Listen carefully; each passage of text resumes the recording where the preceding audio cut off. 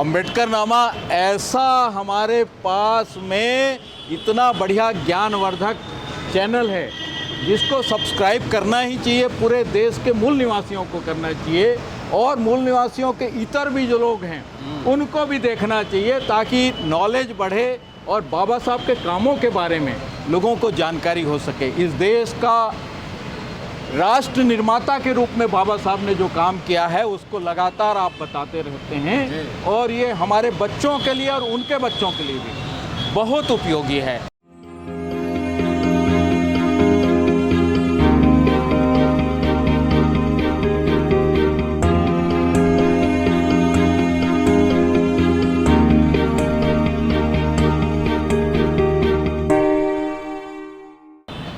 दोस्तों, रतन लाल बोल रहा हूं और आप देख रहे हैं अम्बेडकर नामा।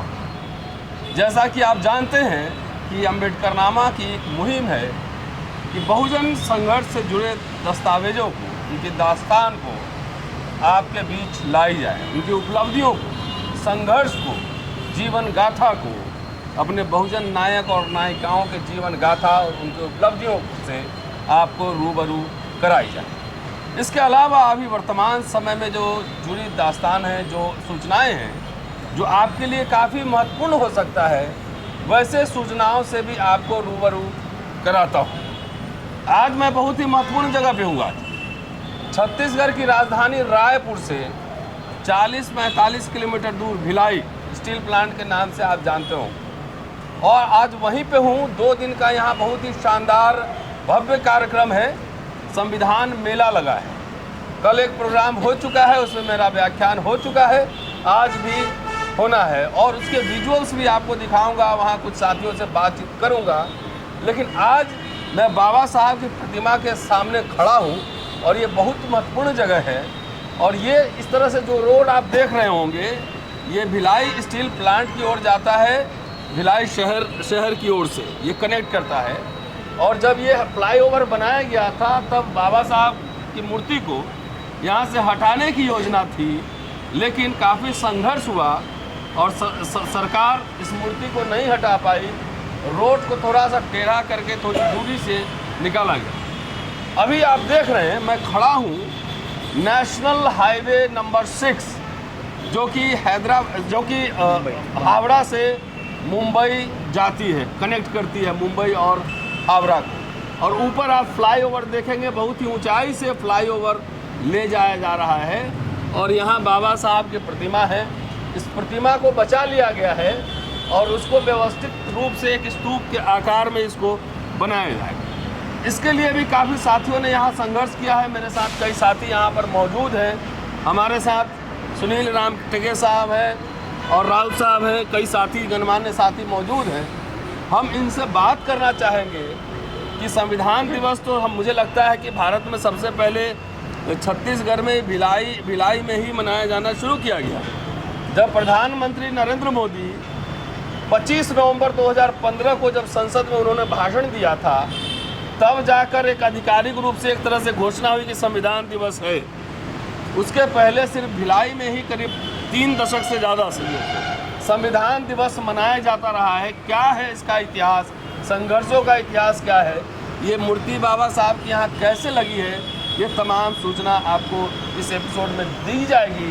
पूरा वीडियो देखते रहिएगा और शेयर और सब्सक्राइब करते रहिए और साथ साथ टेलीविज़न पर बच्चों को भी दिखाइए, क्योंकि आप जानते हैं कि अम्बेडकर नामा में मन की बात नहीं होती है, बहुत यूज़फुल काम की बातें होती हैं, ज्ञानवर्धक नॉलेज का प्रोडक्शन होता है। इसलिए नॉलेज से अपने नौजवान बच्चों को भी ज़रूर अवगत कराएं। अब सीधे अपने दोस्तों से बात करता हूं और एक बहुत ही महत्वपूर्ण लोकेशन है। पूरा हाईवे जा रहा है हावड़ा और से मुंबई, ऊपर से बहुत ऊंचाई से इसको निकाला जा रहा है। तो हम जानने की कोशिश करेंगे। सबसे पहले राउत साहब से बात करते हैं, सबसे सीनियर साथी यहीं पर है। बताएं सर, क्या है, मैम अपना पूरा परिचय दें जरा दोस्तों को। मैं जीडी राउत जी, यह पंजाब नेशनल बैंक में मैनेजर था जी। 2019 में रिटायर हो चुका हूँ और बाकी समय भी समाज को, लोगों को प्रबोधित करने के लिए, आंदोलित करने के लिए लगाता हूँ। जी, कब रिटायर हुए? 2019 मार्च में। तो आपका घर यहीं पे है? हाँ जी, यहीं भिलाई में है। तो क्या है इस मूर्ति लगने का इतिहास क्या है?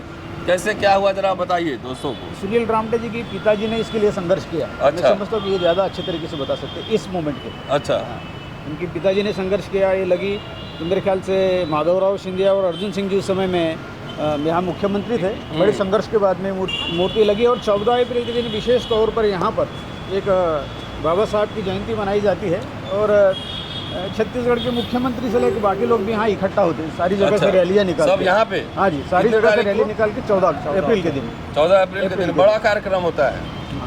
और जब ये नेशनल हाईवे को इस तरीके से ओवरब्रिज बना के निकालने की कोशिश की गई तो ये समझा गया कि अपने बीच में अशोक डवड़ी जी है जिन्होंने नेशनल हाईवे अथॉरिटी को इसके डिज़ाइन बताई कि ये किस तरीके से इसको बचा के हम ऊपर से फ्लाईओवर निकाल सकते हैं, अदरवाइज इसको शिफ्ट करना पड़ता कहीं। पर इन्होंने उनके इंजीनियर्स के साथ में अपनी डिज़ाइन बताई और ये अभी आपके सामने खड़ा है। चलिए, सुनील रामटेके साहब हमारे साथ हैं, सेल में काम करते हैं और SC/ST एम्प्लॉइज़ जो एसोसिएशन है उसके राष्ट्रीय अध्यक्ष हैं। तो और इस आंदोलन से जुड़े हुए इनके पिताजी भी भिलाई में पुराने एक्टिविस्ट रहे हैं, काफ़ी संघर्षशील रहे हैं। उनके बारे में भी जानेंगे और साथ साथ ये जो बाबा साहब की मूर्ति है इसकी स्थापना के लिए जो प्रयास किए गए, किस तरह का आंदोलन हुआ, ये भी जानने की कोशिश करेंगे। रामटेके साहब, स्वागत है अम्बेडकर नामा में। देखा आपने अम्बेडकर नामा? अनेकों बार हैं? अनेकों बार। अच्छा, चलिए, क्या जरा बताइए, अपने पिताजी के बारे में बताइए और यहाँ का आंदोलन के बारे में बताइए। दिवंगत हरिश्चंद्र रामटेके जो कि हमारे और समाज के नेता थे, उन्होंने लंबे समय से इस आंदोलन के लिए प्रयास किया बाबा साहब के स्टैचू को लगाने के लिए। अच्छा। अब उस समय शासन प्रशासन किसी भी हद तक तैयार नहीं थी कि यहाँ बाबा साहब की स्टैचू लगनी चाहिए। और वो भी ये हृदय स्थल है छत्तीसगढ़ का, उनकी नाक पर अगर ये स्टैचू लगेगी तो उनको शर्मिंदा होना पड़ेगा, जो भी हो। लेकिन ये स्टैचू उनके संघर्षों से लगी और लगभग 15 साल तक वो संघर्ष किए तो फिर लगी। और उसके बाद में जब समाज के पैसे से 100 रुपये यहाँ यूपी बिहार और सभी प्रकार के लोग रहते हैं, उनके नेतृत्व में सारे अनुसूचित जाति के लोग एक थे और उन्होंने सारे लोग से 100, 50, 100 रुपये, 5 रुपये, 10 रुपये करके इसका करके आखिरी में जब माननीय मुख्यमंत्री जी को पता चला अर्जुन सिंह को कि रामटेके साहब के नेतृत्व में इतना बड़ा काम हो रहा है, उस समय यूनाइटेड मध्य प्रदेश था भी हाँ, तो उस समय ये स्टैचू के लिए उन्होंने कुछ मदद की। लेकिन उस समय तत्कालीन उनके जो अमर सिंह जी थे सेक्रेटरी, यस, वो आए थे हेलीकॉप्टर से रामटेके साहब के साथ में, दिवंगत हरिश्चंद्र रामटेके, और उन्होंने मुआयना किया। उसके बाद में बोले यहाँ पे अनावरण करना है और उसके बाद अनावरण इसका हुआ। और उस अनावरण में मेरा जहाँ तक ख्याल है कि सांसद, विधायक और तत्कालीन केंद्रीय रेल मंत्री माधवराव सिंधिया और स्वास्थ्य मंत्री मोतीलाल वोरा, अर्जुन सिंह मुख्यमंत्री और तमाम जो हैं लगभग 2 दर्जन सांसद, विधायक, करीब 1.5 लाख जन समूह के बीच में इसका उद्घाटन हुआ था। और उद्घाटन होने के बाद में फिर विधिवत इसका उनके जाने के बाद में, निधन होने के बाद में, दिवंगत हरिश्चंद्र रामटेके जी जो अपने बलबूते पे भी चिमूर लोकसभा क्षेत्र से जब हम बाबा साहब चुनाव लड़ते थे वहाँ से दूसरे नंबर पे थे, भारतीय जनता पार्टी तीसरे नंबर पे थी और वो अपने बलबूते पे दूसरे नंबर पर आया। जैसे मैं अपने बलबूते पे बीजेपी ने सीट छोड़ दी थी, मैं यहाँ लड़ा था डोंगरगढ़ से, छत्तीसगढ़ में सबसे कम वोट से हारने वाला, और मैं भी अपने बलबूते पे यहाँ से लड़ा था। पिताजी कौन पार्टी से लड़े थे? वो भी RPI से लड़े। अच्छा, RPI से चुनाव लड़े थे। RPI तो कई खंड में अब बढ़ चुका है। उस समय जिस तत्कालीन समय में जब हमारे पिताजी थे उस समय बैरिस्टर राजा वो खोबरागढ़े जो राज्यसभा के उपसभापति थे, तत्कालीन उनके हयात में ही चुनाव लड़े थे और उनका नेतृत्व में 3 लोकसभा सीट चुन करके आई थी। और उसके बाद में कई विधायक, कई सांसद, कई महापौर उनके नेतृत्व में चुनकर आए। तो ये कब इसका उद्घाटन हुआ? उसका 15 जून 1978 को इसका उद्घाटन हुआ था। 78? यस, सॉरी 88 ना? 88। उस समय सरकार तो कांग्रेस की थी केंद्र में। यस। तो कौन उद्घाटन करने कौन आए थे? माधवराव सिंधिया जी थे उस समय, रेल मंत्री थे जी, और स्वास्थ्य मंत्री मोतीलाल वोरा जी थे तत्कालीन समय में, और उसके बाद में अर्जुन सिंह जी थे मुख्यमंत्री जी, और BR यादव थे, और असलम शेर खां, बाबा साहेब अम्बेडकर की पत्नी रामदास आठवले जैसे लोग, ऐसे आरपीआई के सारे धड़े के लोग और इसके अलावा सामाजिक संस्था के लोग, ये सब मिला के लगभग 1.5 लाख जनसमूह के बीच में यही पुलिस ग्राउंड मैदान, जिसको आज तक किसी को न दिया गया है और अभी भी नहीं दिया जाता, लेकिन हमारे बाबूजी ने उसको चीफ मिनिस्टर से अलॉट करा के वहाँ कार्यक्रम करवाया। तो अभी जो ये हाईवे ऊपर से निकल रहा है, ये हाईवे मतलब फ्लाईओवर बन रहा है। हाईवे तो था ही पहले से, तो ये नेशनल हाईवे के ऊपर ही ये लगा हुआ है। हाँ, तो अब फ्लाईओवर जा रहा है, तो क्या इसको हटाने की भी कोई योजना बनी, क्या हुआ? बिल्कुल सरकार की यहाँ तक जो भी रही हो सरकार, तत्कालीन समय में, अभी मेरे ख्याल से कांग्रेस की सरकार है, उस समय बीजेपी की सरकार थी, उस समय उन लोग सोचेंगे इस प्रकार से करेंगे, लेकिन हमने बोला बाबा साहब की प्रतिमा जैसे हमारे बाबूजी ने हटने नहीं दिया तो हम भी हटने नहीं देंगे, चाहे कुछ भी। और इन्होंने छत्तीसगढ़ में अनेक प्रतिमाएं हटा दी, जैसे यहाँ का चौक है तो इधर लगा दिए, वहाँ का चौक तो उधर से किया, ऐसे नेहरू जी, शास्त्री जी, ऐसे कई लोग हटा दिए, पर बाबा साहब के प्रतिमा को नहीं हटाना चाहिए। और मैंने गडकरी जी जो है, गडकरी जी के पास भी जाके बोला था ये ऐसा होगा तो दुर्भाग्यजनक घटना होगी, इसका आंदोलन भिलाई से ही नहीं अपूर्ति छत्तीसगढ़ नहीं पूरे देश में लग जाएगी अगर हटाया गया तो फिर इन लोगों ने राष्ट्रीय राजमार्ग को बोला, राष्ट्रीय राजमार्ग ने हमारे साथ मीटिंग ली, फिर ऐसी कश्मकश चल रही थी, वाद विवाद चल रहा था, इतने में हमारे बीच में हमारे सलाहकार आदरणीय जो अशोक धौले जी हैं, जो अनेक 1 दर्जन से भी बुद्ध विहार और ये सब उनके मार्गदर्शन पे बना है, तो ये इन्होंने एक ऐसी योजना तैयार की, स्कीम बनाया कि इसको बाबा साहब की प्रतिमा भी सम्मानित ढंग से रह सके और ब्रिज भी चले जाए वो, मतलब बहुत कम क्षण जो है इससे जा रहा है, बाकी का वो उस साइड से जा रहा है, तो ज़्यादा से ज़्यादा पोर्शन उधर जा रहा है, बिल्कुल बारीक सा जो है फुटपाथ का ये करीब इधर आ रहा है। तो खैर इसको ये करते हुए अभी जो इन्होंने एक नक्शा तैयार किया है, उस नक्शे के अनुसार ये बहुत ही अद्भुत और भव्य लगेगा, जो मेरे ख्याल से राष्ट्रीय राजमार्ग पर, आपको बता दूं महोदय जी कि राष्ट्रीय राजमार्ग पर लगी, मेरे ख्याल से, मेरे नॉलेज में, ये बॉम्बे टू हावड़ा में पहली प्रतिमा मुझे दिख रही है, और कहीं नहीं है, मुझे मेरे नॉलेज में नहीं है। जी जी, चलिए। अशोक धावले साहब हमारे साथ हैं और इनसे भी बात करूंगा कि इस आंदोलन से जुड़े रहे हैं।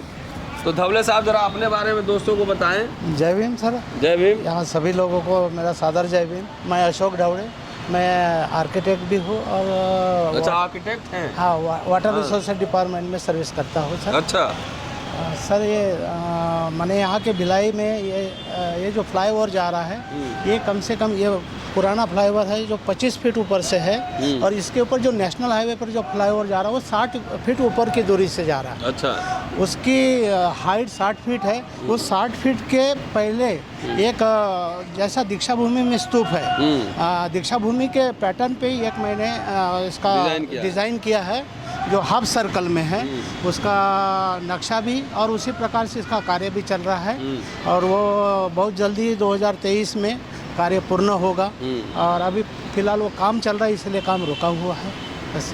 जी, ये अशोक जी बता रहे हैं कि आप जो नेशनल हाईवे पे जो देखेंगे 60 फुट ऊंचाई से हाईवे क्रॉस करेगा, और जो दीक्षा भूमि में जो स्तूप नुमा जो बना हुआ है स्तूप, उसी तरीके से यहाँ पे बाबा साहब की मूर्ति को शक्ल दी जाएगी, स्तूप की तरह यहाँ डिजाइन बनेगा, सेफ और सुरक्षित रहेगा। हमारे साथ कुछ महिला साथी भी हैं, उनसे भी जानने की कोशिश करते हैं कि आखिर ये जो आंदोलन चला था, आप में से किनको आइडिया है? जी, मैं विद्या मेश्राम हूँ, मैं अम्बेडकर नगर से हूँ। जिस साल यहाँ पर जो प्रतिमा का स्थापना हुई थी, उसी साल मेरी शादी हुई थी और मैं इस कार्यक्रम में उपस्थित हुई थी। तो मुझे ज़्यादा नहीं मालूम है, लेकिन बहुत मेले जैसे लोग थे, बहुत सारे लोग बाहर से जो आए थे, जो कार्यकर्ता लोग हैं, मेरे को बहुत खुशी हुई थी। जो मैं एमपी से थी, लेकिन जब यहाँ का कार्यक्रम देखी तो बहुत उत्साह हुआ था।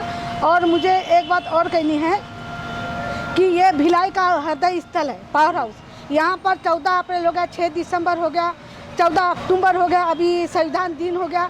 यहाँ पर सारे लोग, सारे अपने भिलाई के पूरे लोग, हर समिति के, हर नगर के लोग आते हैं यहाँ पर। और यहाँ व्यवस्था उतनी खाली जगह नहीं है, तो प्रशासन इसके लिए खाली जगह दे ताकि हमारे लोग रोड पे ना आके अच्छे जगह में भी अपना रुक सके और अपना कार्यक्रम कर सके। और आपको संविधान दिवस की सभी को आपको भी बधाई, आप सभी को बधाई। आज 26 नवंबर है, मैं भिलाई में हूँ और ये वीडियो अपलोड होने में हो सकता है टाइम लग जाए, लेकिन आज 26 नवंबर संविधान दिवस की आप सभी को बधाई। आपने अम्बेडकर नामा देखा है? नहीं जी, अम्बेडकर नामा देखे सर। क्या है? हम सभी भारत के लोग नहीं, अम्बेडकर नामा देखा है यूट्यूब में? जी अभी उतना याद नहीं आ रहा, देखी हूँ लेकिन मुझे ना। हाँ बात अम्बेडकर नामा देखी हूँ अम्बेडकर नामा जी जी जी मैं देखती हूँ। देखती हैं? इधर आइए आप। चलिए तो हाँ सर आप तो चलिए, आपकी उस समय शादी हुई थी? जी जी, क्या बात है। उसी दिन आई थी मैं कार्यक्रम में, मुझे बहुत अच्छा लगा। वो मेरा बेटा है, इंजीनियर है वो।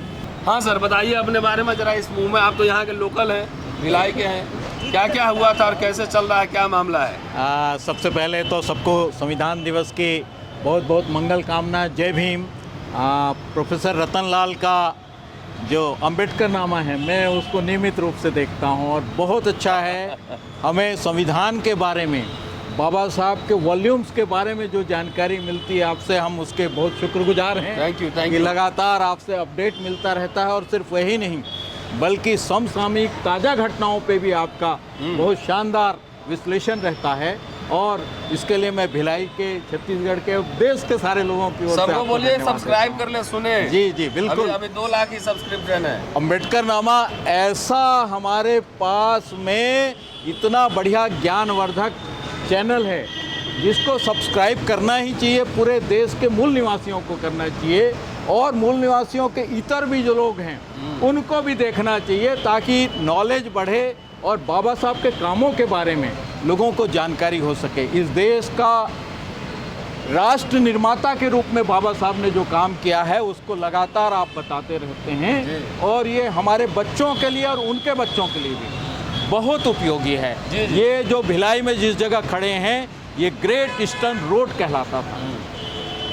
हावड़ा से लेकर मुंबई तक, बॉम्बे से यहाँ पे राजनांदगांव है, यहाँ पे BNC मिल्स है जो कपड़ा, अंग्रेज़ों के ज़माने में कपड़ा बुनने के लिए था। यहाँ कपास बहुत होता था, तो बंगाल नागपुर रेलवे हुआ करती थी और वो मिल तो बंद हो गया। वो मिल बंद हो गई, लेकिन नाम अभी जारी रह गया है। अच्छा। BNC मिल का। और इसी तरह बंगाल, हम जब हिस्ट्री पढ़ते हैं तो देखते हैं कि यहाँ तक जो है ट्रेनें आती थी और इसके माध्यम से संचार का साधन विकसित हुआ। और धीरे धीरे जब भिलाई स्टील प्लांट हुआ, इसके लिए भी बड़ी जद्दोजहद हुई कि ये भिलाई में बनेगा या और कहीं बनेगा। तो अल्टीमेटली ये भिलाई में बना, क्योंकि यहाँ पे राजरा में लो आयस की खदानें थी, नन्नी में डोलोमाइट था, हिर्री में डोलोमाइट की खदानें हैं और इस आसपास शिवनाथ नदी का पानी है, महानदी का पानी है। इस तरह भिलाई बना और इसमें पूरे देश के लोग आए, इसीलिए इसको आधुनिक औद्योगिक तीर्थ कहते हैं। तो इस जगह हमारे लोग बहुत हैं। और जैसा कि विद्याताई ने बताया, 14 अप्रैल हो, 6 दिसंबर हो या 14 अक्टूबर का हो, धम्म दीक्षा दिवस का कार्यक्रम, यहाँ पर सारे लोग आते हैं। और दिवंगत हरिश्चंद्र मेश्राम जी ने, हरिश्चंद्र रामटेके जी ने, हरिश्चंद्र रामटेके जी ने बहुत संघर्ष किया, जिसकी बदौलत ये बना। और हम लोग तो स्कूल में पढ़ते थे उस समय में, हमारे पिताजी लोगों ने मिल के बहुत इसमें योगदान दिया और ये हमारे लिए एक बहुत अविस्मरणीय और इस जगह पे बाबा साहब अम्बेडकर की मूर्ति होना बहुत सम्मानजनक है। हम सबके लिए गौरव का पल है ये। तो आपको बहुत बहुत बाबा साहब को सिर्फ मूर्तियों में नहीं, किताबों में भी ढूंढने की ज़रूरत है। बाबा जरूरी है। जी बिल्कुल ठीक कहा। और किताबों में ही नहीं बल्कि जरूरी है, क्योंकि उससे सब लोग पहचान लेते हैं अपने नायक को, मैं करते हैं। मैं तो उससे आगे कहना चाहूँगा कि उनके विचारों को आत्मसात करना चाहिए। किताबों को रखना ही नहीं है, उनको पढ़ना भी है, समझना भी है और विचारों पे चलना भी है। हमारे जितने चलिए, अम्बेडकर नामा की कोशिश वही है कि विचार आपके पास पहुँचे। बिल्कुल, थैंक यू। हमारे कमिश्नर साहब भी आ गए, जरा उनसे भी बात करें। आइए, सब गुजर रहे हैं और देखिए क्या सर। जय भीम। ओकेजन है। आइए इधर, आइए इधर, आइए सर। हम लोग बात कर रहे हैं इस मूर्ति स्थापना को लेकर जो संघर्ष हुआ, जी सर। उसके बारे में, और उसके बाद जो आप यहाँ पे IAS ऑफिसर रहे हैं, जरा कमिश्नर इससे रहे हैं। जुड़ी कमिश्नर रहे हैं भिलाई के, तो इससे जुड़े कुछ संस्मरण जो है इसके बारे में हमारे दोस्तों को बताएं। यहाँ बाबा साहब भीमराव अंबेडकर जी की जो प्रतिमा है, इधर आ जाए इधर। हाँ, अब ये जो प्रतिमा है, इससे इसका जो भव्य अनावरण कार्यक्रम यहाँ पर किया गया। मुझे याद है कि जब मैं यहाँ SDM था, इसकी भव्यता को है ना देखकर कई लोगों को बहुत चुभता था, तो उन्होंने इसके ऊपर ये जो ब्रिज है, इससे कालिक फेंक दिया गया था। कालिक है ना फेंक दिया गया था, डीजल वो जला हुआ ऑयल मोबाइल। तो लोगों में इतना आक्रोश हुआ, उसको संभालना मुश्किल था। क्योंकि जब मैं यहाँ था तो मैं लोगों को है ना कहा कि देखिए, बाबा साहब जब जीवित थे तब भी उनका इतना कोई समर्थन करता नहीं था, और उनकी प्रतिमा है उसको देख के भी इन लोगों में कितना जलन है। आप शांत रहिए, आप उनके विचारों को बढ़ाने का काम कीजिए, और उनके विचार जब तक रहेंगे तो उनसे कोई भी है ना छेड़खानी नहीं करेगा, और वो हमेशा हमारे है ना दिल में है ना बसेंगे। तो जो यहाँ पर है ना लोगों में आक्रोश था, उसको शांत किया गया और इसके प्रोटेक्शन की है ना व्यवस्था की गई। तो और अभी की स्थिति में इस ब्रिज के ऊपर से ये नया कार्य है ना चल रहा है, तो हमारा कहना यही है कि इसके सौंदर्य को बनाए रखा जाए। ये एकमात्र NH पे स्थापित प्रतिमा है और पूरे कहीं देखने को नहीं मिलता। तो इसके साथ पूरे छत्तीसगढ़ नहीं, पूरे देश के लोगों के ऊपर इसकी निगाह रहती है, और यहाँ से आते जाते गुजरते रहते हैं। हम नतमस्तक हैं आज संविधान दिवस पे बाबा साहब और बाबा साहब के विचारों को आगे बढ़ाने के लिए। पूरे आप दिल्ली से आए हैं, हमारे आदर्श प्रोफेसर डॉक्टर रतनलाल जी, हम आपको सुनते हैं। आज भी हमने है ना आपको सुना, और सुनने के बाद हम दिन की है ना शुरुआत करते हैं। आप सभी का स्वागत है। जितने भी यहाँ पर जो बाबा साहब के अनुयायी हैं, उन सब का अभिवादन और आभार है। आप लोग ऐसे ही है ना करते रहिए। हम एक दिन बाबा साहब के कारवां को वहाँ तक पहुँचाएंगे जहाँ तक उनके ले जाने की इच्छा थी। जय भीम, जय संविधान दिवस। चलिए चलते चलते एक पंच लाइन सोचिए, बाबा साहब के विचारों में कितनी ताकत हो, सिर्फ उनके पेन में और दिमाग में। उनके जीवन काल में भी उनको बहुत धमकियाँ मिलती थी। पूना पैक्ट होने से पहले कई लोगों ने अपने खून से चिट्ठी लिखा था, धमकी भरा पत्र। उनके विचारों को इतनी ताकत है कि आज भी उनके विचारों के शत्रु उनकी मूर्तियों को तोड़ने, अपमानित करने, खंडित करने की कोशिश करते हैं। इससे डरना नहीं है, इससे झुकना नहीं है। वैसे लोगों को बाकायदा संवैधानिक तरीके से सीधा और कड़ा मुकाबला किया जाएगा, जवाब दिया जाएगा। अन्याय, शोषण, असमानता के खिलाफ उलगुलान जारी रहेगा, आंदोलन जारी रहेगा। शुक्रिया, जय भीम आप सभी का, और देखते रहिए अम्बेडकरनामा की वॉचिंग एंड शेयरिंग अम्बेडकरनामा। जल्दी मिलता हूँ आपसे अगले एपिसोड में। अभी भिलाई में हूँ, कल भी कार्यक्रम है रायपुर में, और कई इस तरह की दिलचस्प जो दास्तानें हैं, जो संघर्ष की कहानियाँ हैं, आपको कोशिश करता हूँ बताऊँगा, सुनाऊँगा भी। शुक्रिया, कीप वॉचिंग एंड शेयरिंग। जल्दी मिलता हूँ अगले एपिसोड में। जय भीम।